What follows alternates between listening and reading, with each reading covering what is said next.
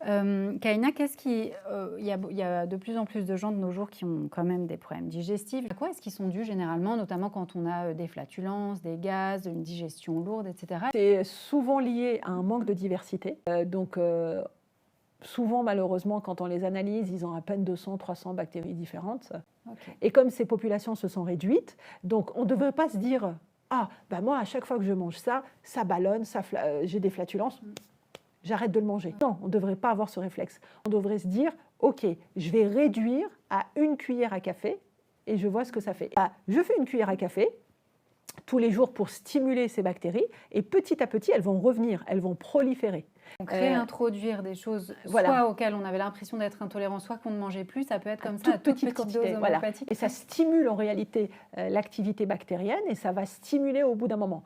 Et c'est vrai qu'au lieu de faire déjà ce réflexe de se dire non, j'arrête, essayons déjà de faire à l'inverse, de donner des toutes petites quantités pour stimuler et voir après avec le temps si ça a été bénéfique ou pas.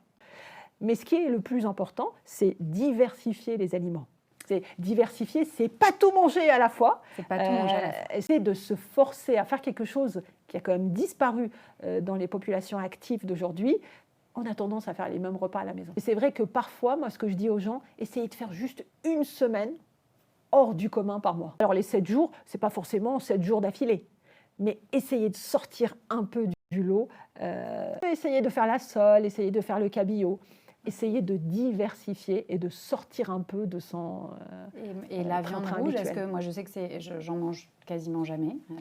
Est-ce que ça peut être bien de réintroduire des choses qu'on ne mange plus une fois de temps en temps? Et arrêtons d'éteindre toutes nos bactéries parce qu'on ne leur donne plus les aliments qu'il faut.